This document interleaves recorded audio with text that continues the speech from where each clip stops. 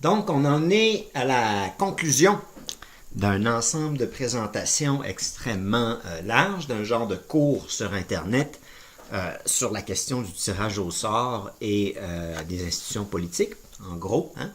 Il y a bien sûr quelques autres thèmes qui ont été traités au fil de ces présentations-ci, j'en suis bien conscient.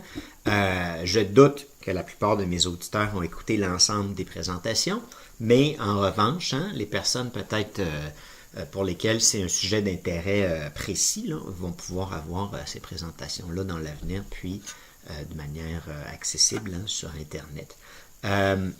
Le dernier petit point qui me vient à l'esprit de discuter, hein, c'est pas exactement, ça en fait comme relativiser tout ce qui vient d'être dit. Hein, ça peut sembler drôle après une soixantaine de présentations sur la question. J'ai pas le nombre exact au moment où je parle, mais de mémoire c'était 60 quelques. Hein, peut-être que ça va grossir un peu à l'avenir, je vais peut-être ajouter des bouts. Les présentations sont faites de manière à ce que je peux un peu intégrer hein, d'autres propos à l'intérieur en changeant quelques petites choses, mais en gardant la même structure. Ceci pour dire que hein, dans toutes ces présentations-là, on a une toute petite exception à ce que je vais dire, mais on a essentiellement discuté de comment on peut organiser hein, notre système politique, en gros. Oui, il y a d'autres thèmes qui ont été traités, là, mais en gros, on a eu cet angle d'analyse-là. Hein.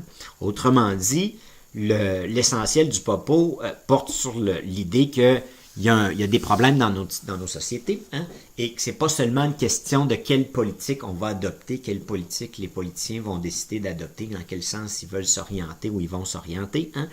C'est une question de qui est là et comment on les choisit et de qui finalement prend les décisions. Hein. Mais tout ça pour dire que hein, toute la discussion porte sur le système politique. Puis j'aimerais ça en guise de conclusion. J'ai même l'idée de peut-être faire une conclusion avec quelques propos, hein, peut-être même quelques présentations dans cette partie-ci qui est la partie 10. Hein, du moins, enfin, quand je commence, à ce moment-ci, je suis dans l'idée que je vais en faire une, mais il me trotte dans la tête que ce serait quand même intéressant de développer le point qu'on va mentionner ici. Hein. Puis ce point-là, c'est que oui, le système, c'est important. Hein? À mon avis, c'est une grosse partie du problème. Hein? Pas juste une grosse, mais disons structurellement, sans changer le système, on n'ira nulle part. Il faut bien qu'on se le dise, là, notre système est mal foutu. Hein? Et si on le laisse tel quel, on n'avancera pas. Éventuellement, ça va finir en crise, puis probablement en régime. Vous pouvez vous imaginer beaucoup pire que ce que je suis en train de suggérer. Je suis en train de suggérer une bonne manière de sortir de ces crises-là, redonner du pouvoir ou donner littéralement plutôt du pouvoir au peuple, dans le sens qu'il n'y a jamais vraiment eu le pouvoir, le peuple, et aux citoyens. Hein, donc créer des vrais citoyens d'une certaine manière, puis sortir de cette logique-là du citoyen électeur, du citoyen rubber stamp aux 4 ans. Là. Et donc, hein, on a discuté tout ça, puis comment est-ce qu'on peut mettre ça en œuvre en gros. Et je maintiens que c'est une partie très importante du problème. T'sais. Sauf que il convient quand même de mentionner qu'il y a un autre aspect qui a été un peu abordé à la marge par certains propos qui étaient souvent peut-être pas les plus polis par ailleurs, tu sais, quand je critiquais certaines choses au fil des discussions parfois ou certaines formations politiques, certaines personnes même. Mais cette idée-là, c'est que oui, le système, c'est important, hein, mais les humains qui sont dans le système, c'est important aussi. Hein, puis les valeurs que ces personnes-là ont hein, vont donner un résultat différent. Hein. Si on change les valeurs d'une société, puis on pêche des gens au sort, tu sais, l'action de ces organes-là va être bien sûr différente. Hein. Tout comme si on change les valeurs d'une société puis qu'on les fait élire du monde, hein, le résultat de l'élection risque d'être différent aussi. Et donc, il y a toute la question morale, éthique, des valeurs de la société, puis comment aussi on doit, d'une certaine manière, développer ça. Hein? Ou du moins réfléchir à ces questions-là, et puis réaliser qu'il y a parfois certains problèmes qui se présentent, puis que c'est pas juste la faute du système puis des élus, hein? C'est de la faute aussi de choix qui sont faits ou par les citoyens, hein, faut bien le dire, puis aussi de réalisation au niveau des citoyens, un peu enfin, d'absence de réalisation par rapport à l'importance de ces choix-là, puis aux conséquences de ces choix-là. En ce sens que si un peuple décide de réélire un parti corrompu, hein, une personne dont on sait qu'au point de vue éthique, moral, honnêteté, c'est pas terrible, ça en dit long sur ce peuple-là. Hein, en ce sens que si ça existe ça dans notre société, ce genre de comportement-là, hein, ce genre comment est-ce qu'on appellerait ça, voyons, il y a un terme qui me vient à l'esprit, mais je sais que c'est pas celui qui est le plus juste. Ce genre de faiblesse morale-là, hein, si ça existe au sein de notre société, bien sûr, les citoyens vont refléter un peu ces valeurs-là dans leurs choix électoraux, puis s'ils sont tirés au sort, vont aussi refléter ces pensées-là. Hein. Et donc, c'est éminemment important de se concentrer il y a un autre 50% de la job, hein, qui est ça. Puis là, je le mentionne au final parce que je suis bien conscient que tout ce que j'ai dit porte sur le système, mais l'autre partie, hein, c'est avoir une réflexion profonde à l'intérieur de la société sur ces valeurs-là, puis aussi probablement des réformes dans le système d'éducation basées là-dessus. Puis ce serait justement un thème intéressant pour l'Assemblée constitutionnelle, hein, de se dire est-ce qu'on ne veut pas changer un peu notre système d'éducation? T'sais, on a un système d'éducation qui est basé sur une idée utilitariste de la connaissance. Hein? C'est un peu comme si la connaissance était neutre. Hein? Premièrement, ça ne l'est pas. La connaissance, c'est le pouvoir. T'sais? Fait qu'avant de donner du pouvoir aux gens, il faut aussi les former à être droits. Hein? Puis leur inculquer, si on peut dire, des valeurs, ou du moins leur transmettre les meilleures valeurs de la société. Hein? D'où la fonction éminemment importante des professeurs et des enseignants. Le problème, dans ce que je viens de dire, c'est que vous m'excuserez pour mon four, je suis en train de faire sécher des choses. Mais à part le problème de notre système d'éducation, hein, c'est que il y a cette idée-là, la connaissance c'est utile, puis que ce serait neutre un peu, dans ce sens que c'est pas la job de l'État déterminer, ou c'est pas la job des professeurs ou des enseignants inculquer des valeurs aux gens. Hein, ou du moins leur faire réfléchir sur ces questions-là. Inculquer, c'est peut-être un terme un peu fort, hein, mais au moins leur faire réfléchir sur ces questions-là. Puis la job de ces gens-là, dans une conception fort utilitariste, un peu matérialiste, puis économiste, dans le sens général du terme, là, dans un sens de panéconomiste, qu'on dirait peut-être dans certains milieux, là, cette vision-là, ou du tout économie, là, c'est que la connaissance, c'est utile. Hein? Mais c'est pas juste utile, c'est dangereux la connaissance. Hein? C'est dangereux, puis c'est un pouvoir, puis il faut savoir comment bien l'utiliser. Hein? C'est dangereux d'avoir un ensemble d'ingénieurs dans une société qui ne veulent que faire de l'argent, puis qui sont prêts à se vendre comme des mécènes, puis des mercenaires à n'importe quelle entreprise pour aller chercher le plus grand montant d'argent qu'ils peuvent. Hein? Ou des avocats, ou des médecins, ou des X puis des X, hein, puis, ou des professeurs, c'est moins le cas des profs, mais ça arrive aussi qu'ils sont consultants, puis que, tu sais, c'est pas nécessairement mauvais d'être consultant, mais en ce sens que hein, tout le monde peut être soumis à cette tentation-là.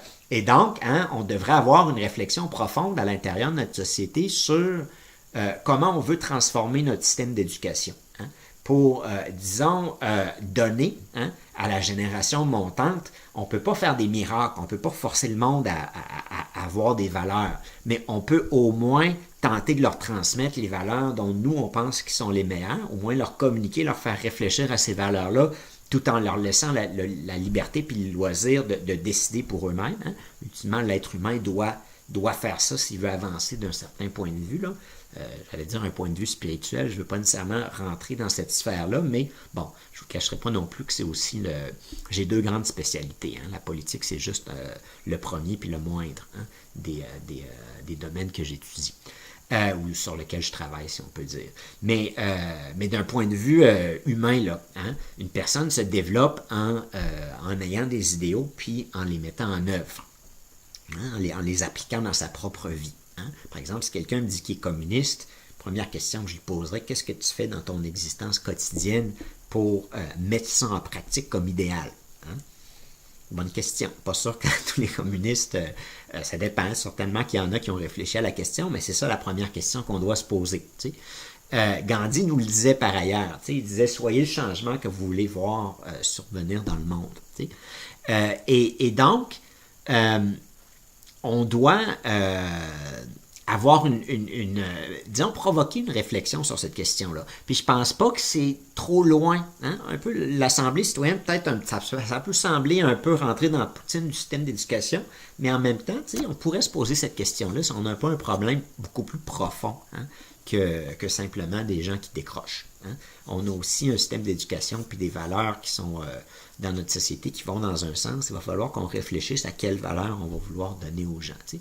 Il y a des valeurs plus universelles sur lesquelles on peut un peu se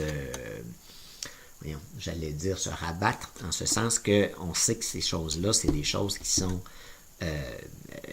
valorisées dans toutes les cultures. Hein? Par exemple, l'idée de vérité, hein? L'idée d'amour, l'idée de compassion, qui sont un peu des variantes sur le même thème. Ces idées-là figurent dans pratiquement toutes les pensées religieuses dans l'histoire passée de l'humanité, mais aussi dans les valeurs, si on peut dire, hein, des courants séculiers, hein, comme l'humanisme, etc., hein, qui vont quand même pas dire, on est contre la vérité, hein, ou on est contre avoir une certaine compassion entre les humains, ou entre l'humain et l'animal, ou entre les êtres. C'est des choses qui sont un peu intrinsèques à l'être humain. Puis de réfléchir sur ces choses-là, puis tenter peut-être de trouver, hein, ces valeurs fondamentales-là. Hein. Je triche un peu en vous parlant. Hein. J'ai une idée derrière la tête, je ne vous le cacherai pas. Il y a des gens qui ont déjà réfléchi à ça dans d'autres pays, disons, hein, qui se sont déjà penchés sur ces questions-là. Mais on peut refaire cet exercice-là un peu comme eux l'ont fait à titre, j'allais dire privé, là, c'est pas exactement le cas, c'était des gens influents, hein, qui en ont fait un enseignement plus large. Mais on peut, en tant que société, se reposer cette question-là, puis je pense qu'on doit, hein, pour approfondir ces thèmes-là, se poser la question, c'est quoi finalement les valeurs fondamentales de l'être humain? Hein? Puis, en se posant ces questions-là, ça reste au niveau de la réflexion, mais puis en incitant les étudiants, les élèves, à différents niveaux à réfléchir à ces questions-là, ça leur fait réfléchir à eux-mêmes. Puis peut-être que, il y a un rôle là, additionnel, hein, pour les professeurs, les enseignants et tout le monde dans le système d'éducation. Il y a aussi une idée, peut-être, enfin là, on parle du système d'éducation, je vais continuer, hein, mais il y a une idée de l'enseignant et du professeur qui est justement comme d'une certaine perspective, ce serait comme une machine à transmettre des connaissances, mais il y a quelque chose derrière ça qui est plus important. Puis cette chose-là qui est plus importante, c'est que ces gens-là ont une influence énorme sur les personnes qui sont devant elles, hein, qui sont en train d'être formés d'une certaine manière. Il y a la communication des connaissances, mais il y a aussi des valeurs qui sont là. Hein. Et donc, ces gens-là doivent être conscients que leur propre comportement, hein, mais le comportement c'est extérieur, leurs propres valeurs profondes, réelles, sont ce qui ont le plus important. Et c'est ces valeurs-là qui vont vraiment marquer les gens. Hein? La connaissance, finalement, c'est un peu autour de ça. Ça fait partie de ça, mais c'est un petit peu autour de ça. Et on devrait, à mon avis, concentrer, hein, la formation pratiquement, hein, des maîtres puis des professeurs et des enseignants sur cette question-là, ou du moins elle est absente un peu à l'intérieur de notre système. T'sais. On n'a pas de... On a une vision extrêmement utilitariste de la connaissance. Puis donc, il y a lieu là, de réviser ça. Hein.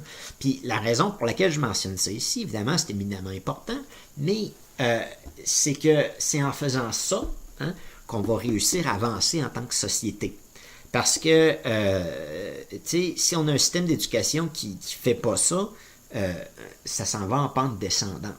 Hein, évidemment, il y a les parents puis il y a le reste de la société, ce qu'elle fait. C'est pas juste le système d'éducation, mais le système d'éducation joue un rôle important. Autant, hein, que la qualité j'allais dire de l'amour, mais du comportement des parents envers leurs enfants, hein, puis autant que souvent de manière, peut-être pas autant, mais de manière aussi importante comme le reste de la vie de la personne, mais c'est souvent à cet âge-là qu'on est un peu, qu'on choisit nous-mêmes notre chemin dans la vie. Avant de commencer une carrière, puis se lancer dans un mariage, puis ou une relation, puis se lancer dans une famille, puis tout ça. Avant que tout ça, ça arrive, l'humain, dans notre société, a le temps de réfléchir, puis puis déterminer ce qu'on veut devenir, puis qu'est-ce qu'on veut faire dans une vie. Et donc, il y aurait lieu d'avoir une éducation profondément transformée. Et le lien avec la politique, c'est que, ou le système politique, c'est que, n'importe qui dans le système politique, particulièrement les figures, il y a des figures qui ont une importance symbolique beaucoup plus grande que les autres. Par exemple, à notre époque, sous le régime électoral, les premiers ministres, les présidents, les personnes qui sont élues par le peuple et qui deviennent le genre de chef d'État ou chef de gouvernement selon les cas, pas genre, mais qui gouvernent les États, ces personnes-là n'ont pas juste un rôle d'organiser, puis de gérer le gouvernement, puis d'être à la tête de l'État. C'est aussi des personnes qui ont une dimension symbolique du fait de leur rôle, un peu comme le roi à l'époque en avait une. On a encore ça dans nos systèmes politiques et on le voit par un peu l'obsession qu'on peut avoir sur les comportements, puis ce qu'ils ont dit, puis leurs propos X, puis telle affaire.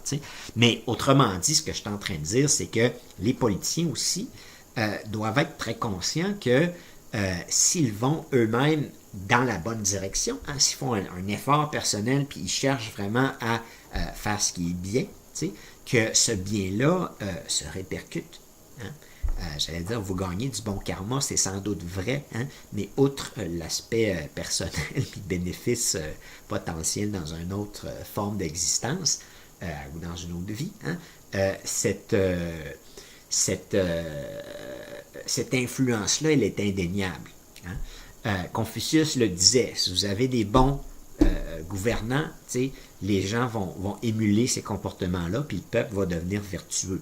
Les gens, la société va devenir de plus en plus vertueuse en ayant ces gens-là comme guides, puis comme personnes qui ouvrent la marche de la société.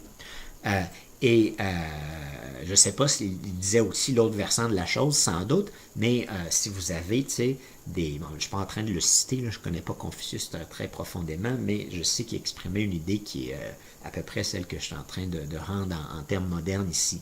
Puis l'autre versant de la chose, c'est évidemment, si on choisit des gens qui ont une moralité,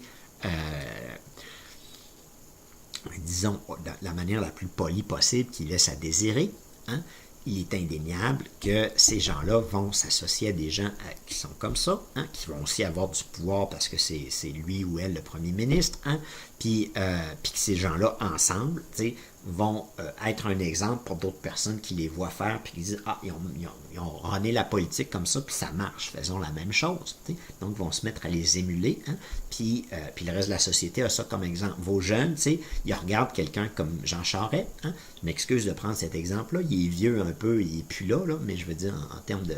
il n'est plus au pouvoir, mais quand on regarde les comportements de cette personne-là, on peut se dire que moralement, cette personne-là le nuit au Québec. En ce sens que, elle a forcé certains jeunes à mettre leurs pieds à terre et à dire « allez oust », mais outre ça qui était indirectement positif, l'exemple que cette personne-là a donné moralement à ses troupes à l'intérieur du camp fédéraliste ou du Parti libéral du Québec, mais au Québec plus généralement, c'est pas un bon exemple. Puis quand on a une personne comme ça, la corruption se répand chez ses ministres, la corruption des ministres se répand, ça se développe ailleurs, il y a des gens qui en profitent, puis tout ça, puis tout ce système-là se rattache finalement au chef de l'État, bien souvent. Et donc, c'est éminemment important, puis de comprendre aussi pour ces gens-là que, là, je vais me permettre de faire un propos qui sort un peu de la discussion purement politique séculière. Mais dans ma perspective, ces personnes-là vont devoir payer. Vont devoir payer chèrement pour ce genre de comportement-là. Disons, apprendre dans le futur, j'ai une croyance particulière, là, mais apprendre dans une autre existence à se corriger. hein. Et puis que s'ils ont eu le pouvoir là, puis qu'ils ne l'ont pas appris, personnellement, ils n'avancent pas. Mais non seulement ils n'avancent pas, mais le dommage qu'ils ont créé aussi, il va falloir que ça se nettoie, ça. Hein.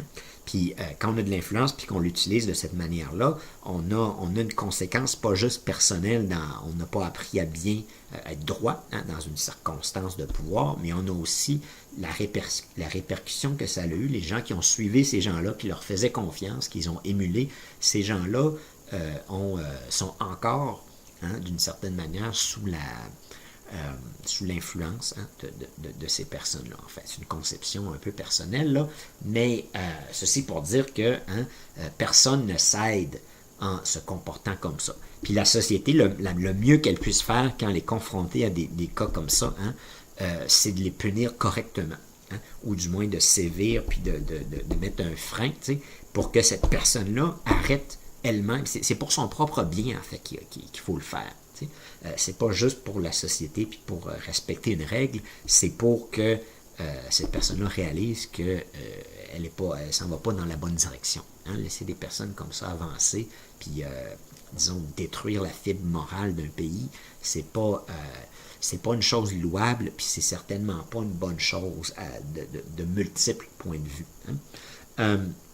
Puis d'ailleurs, c'est pas j'allais dire, c'est pas intelligent aussi. En ce sens que, éventuellement, la vérité triomphe. Hein. Éventuellement, ce qui est droit, ce qui est juste, ce qui est plus élevé d'un point de vue moral et éthique, ce qui est authentique, va avoir tendance à émerger puis à continuer, hein, quand ces éléments-là, finalement, font juste, sont là temporairement, mais ils n'ont pas de... Ils ont un impact, ils ont une conséquence, mais c'est pas eux qui vont, disons, être les grandes sources d'émulation dans le futur. Je vais vous donner peut-être un exemple historique, mais essayez de vous rappeler c'était qui, je sais pas, du temps du Bouddha, de Jésus ou de Mohamed, c'était qui le nom des chefs politiques à cette époque-là. C'est comme, il y a Pilate qui me vient à l'esprit, là. Mais à part Pilate, puis peut-être le mot Sanhédrin dans le temps de Jésus, là. Mais on ne sait pas, puis on s'en fout. Hein? Parce que l'histoire a bien compris qu'il y avait des gens à ce moment-là qui, eux, avaient une vision, une éthique, un comportement, une conscience un peu plus élevée, et qu'au final, hein, cette conscience-là s'inscrit dans le temps, tandis que les choses plus temporaires, disons, s'évanouissent. Hein. Mais d'un point de vue des individus, hein, puis des personnes, c'est néanmoins une opportunité, quand on a le pouvoir, hein, de se développer, puis de développer cette capacité-là que ça ne nous monte pas trop à la tête, puis de bien l'utiliser, hein, de rester droit, ou même de se redresser si on l'est plus ou moins, hein, personne n'est parfait, mais de rester, disons, sur un chemin qui est droit, hein, malgré le pouvoir qui est entre nos mains quand on le détient. Hein. Un autre aspect de cette question-ci, hein, c'est l'aspect, parce qu'un premier ministre, il n'apparaît pas là. Hein, il ne tombe pas du ciel, le premier ministre.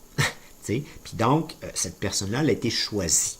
Hein, elle a été sélectionnée par certaines composantes de la société au Québec. Hein.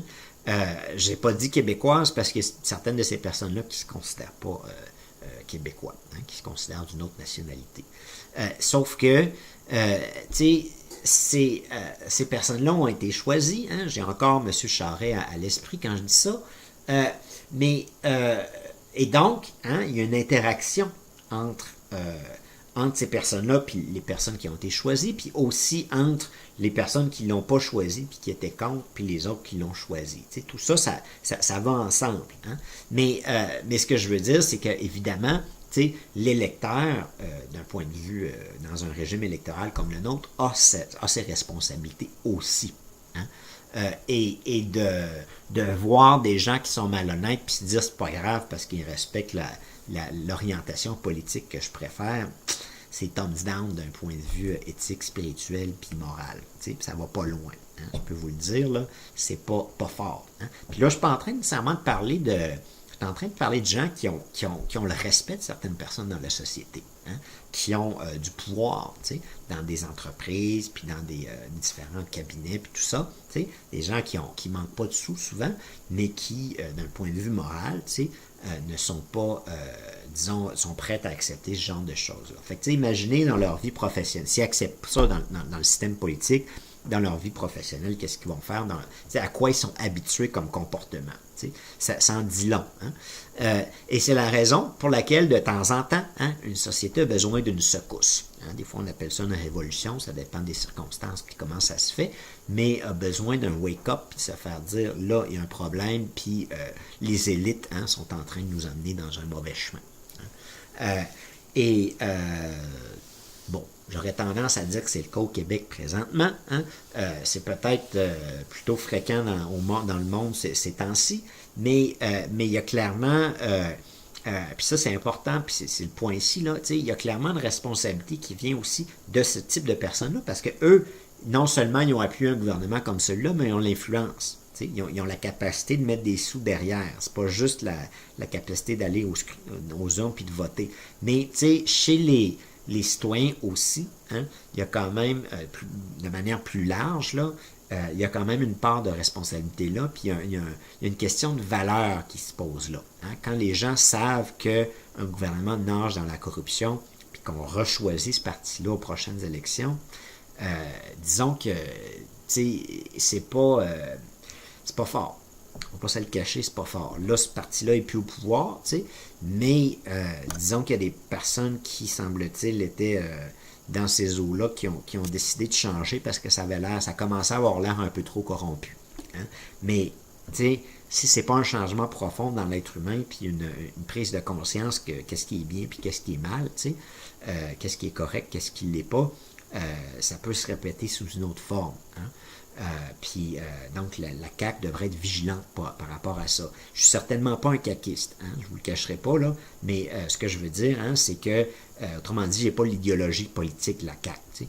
Sauf que, ce parti-là devrait être vigilant, hein, on peut se le dire en québécois, pour ne pas tomber dans le même panneau que ces autres gens-là, puis d'être plus droite, hein, d'un point de vue moral. On peut espérer que ce serait le cas, mais c'est pas évident quand il y a un ensemble de gens qui migrent parce qu'ils n'ont plus de parti très crédible de l'autre côté.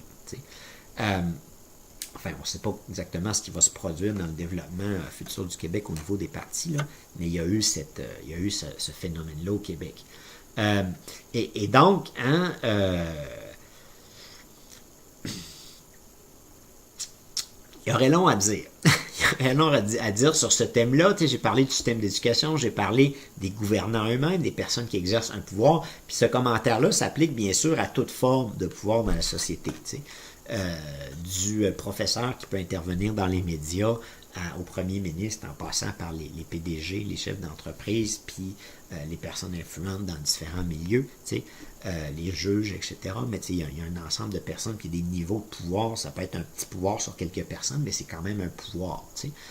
Et tout ça, c'est important de savoir que quand on a ça entre nos mains, hein, il faut le traiter puis se traiter soi-même avec vigilance. Hein. Il y a des exemples dans le passé de personnes qui, l'histoire est remplie de ça pour être franc, hein, l'humain étant ce qu'il est, mais de personnes qui avaient acquis un pouvoir comme ça et qui l'ont gaspillé essentiellement, en ce sens qu'ils l'ont mal utilisé, puis ça fait en sorte qu'ils n'ont pas créé quelque chose qui est très utile à l'humanité. Hein? Je suis en train de penser à quelqu'un en particulier quand je dis ça, là, une grande figure de l'histoire du passé qui est par ailleurs, des fois c'est trompeur, hein? Des fois on peut regarder des gens comme ça puis se dire, ah, ces gens-là ils ont l'air, hein? Ils sont importants, ils prennent des grandes décisions puis tout ça, puis ils ont l'air d'être, ils inspirent le monde, ils sont capables de mobiliser, ils ont du charisme, hein? Mais c'est pas nécessairement ça le vrai critère. Hein? Le vrai critère, c'est comment on a, quels idéaux on avait, puis comment on les a mis en œuvre, puis comment on était cohérent par rapport à sa propre volonté, hein, d'une certaine manière. Et donc, il faut être vigilant, parce que les gens étant humains, on est un peu impressionnés par le pouvoir. On est facilement, c'est comme si face au pouvoir, on devient facilement mouton. Hein. On oublie qu'on a des idées, puis que nos conceptions, puis on est, là, cette personne-là est importante, fait que je vais me comporter différemment. T'sais. C'est comme si vous étiez dans la rue, puis vous croisiez M. Pellado. M.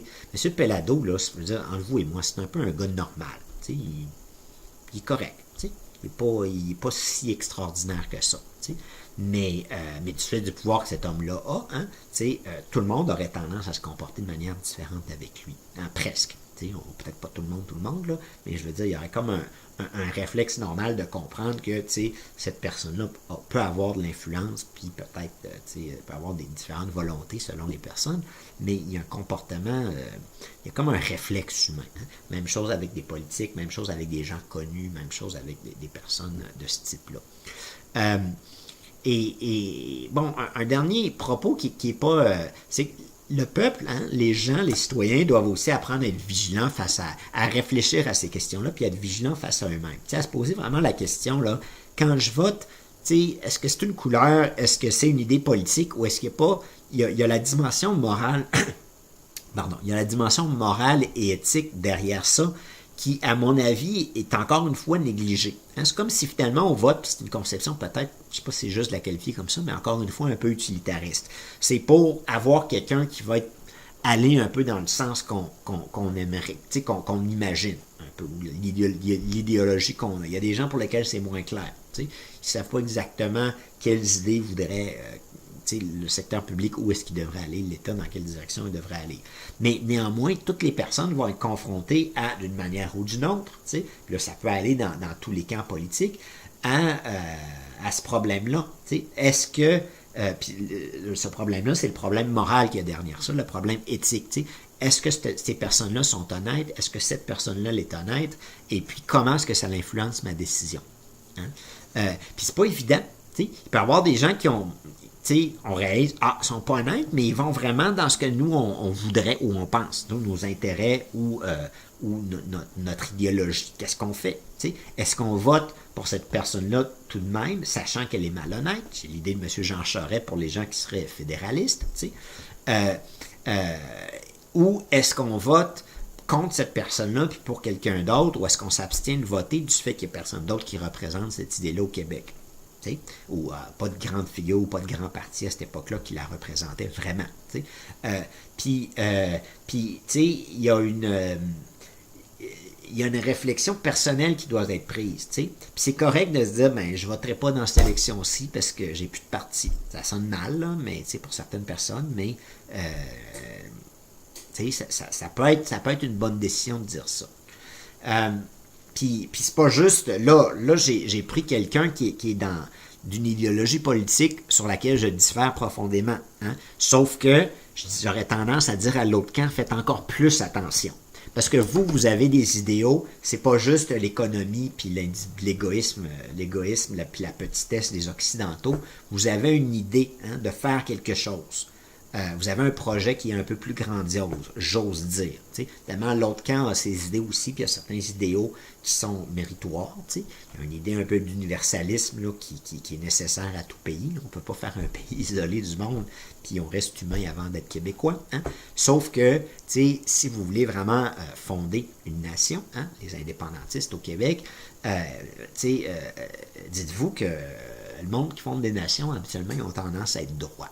Hein, qui ont tendance à se tenir droit, pas juste se tenir debout puis s'affirmer, mais moralement à être droit. Hein, puis que je vais être beaucoup plus sévère si j'ai à juger des gens comme ça dans ce camp-là, que à juger des gens dans l'autre camp.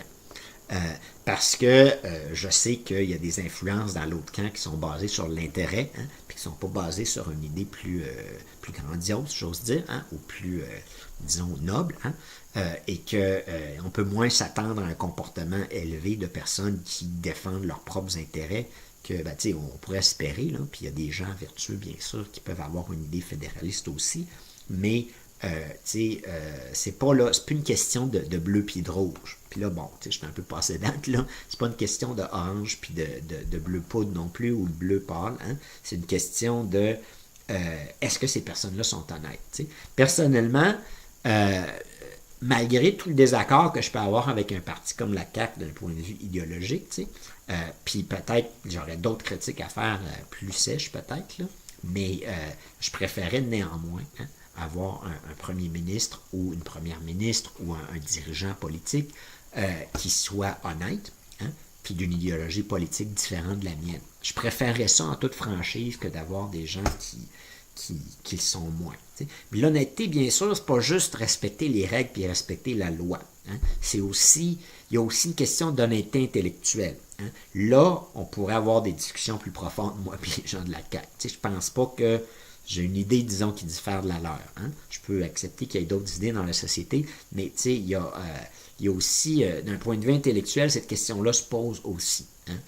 Qu'est-ce qui est juste? Qu'est-ce qui est vrai dans tout ça?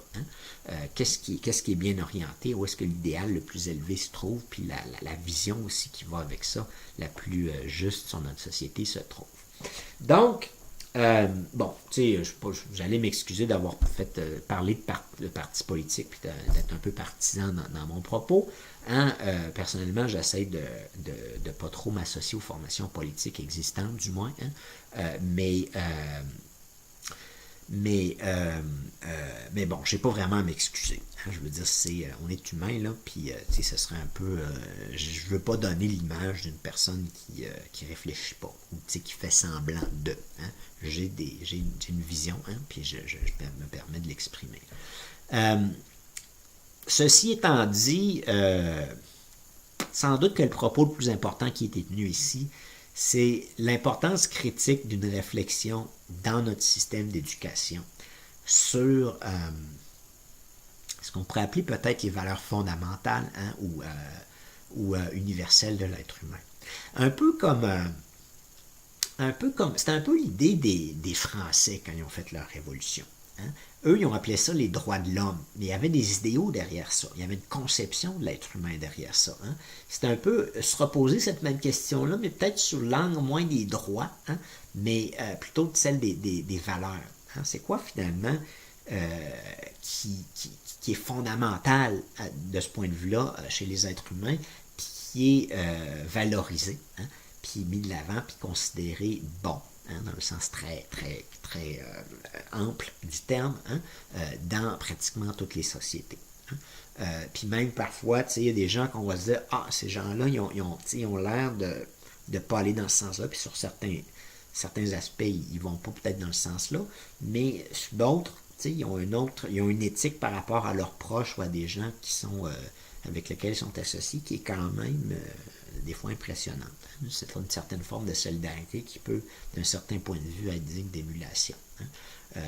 Puis donc, bon, il y aurait long à dire sur l'être humain, en ce sens que tout le monde a un peu des choses à améliorer, puis ultimement, ce qu'on peut juste faire, c'est tenter de trouver ce qu'il y a de mieux puis de s'en inspirer, au lieu d'être trop dur des fois.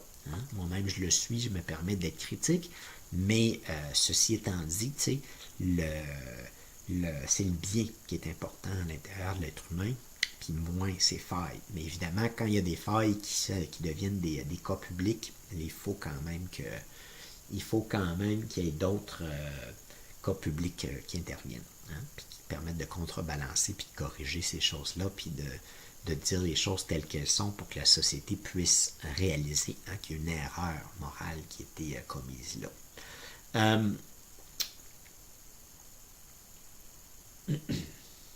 J'aimerais ça vous laisser sur un propos un petit peu plus joyeux que celui-là, si c'est ma dernière présentation. J'ai pensé vous laisser sur une chanson. J'ai pensé même faire une genre de blague puis faire une conclusion qui soit juste une petite chansonnette en québécois. Je ne sais pas si je vais le faire. Ce qui est sûr, c'est que je sais laquelle des chansons je choisirais. Mais je me demande si je ne vais pas me permettre dans ma section 10 là,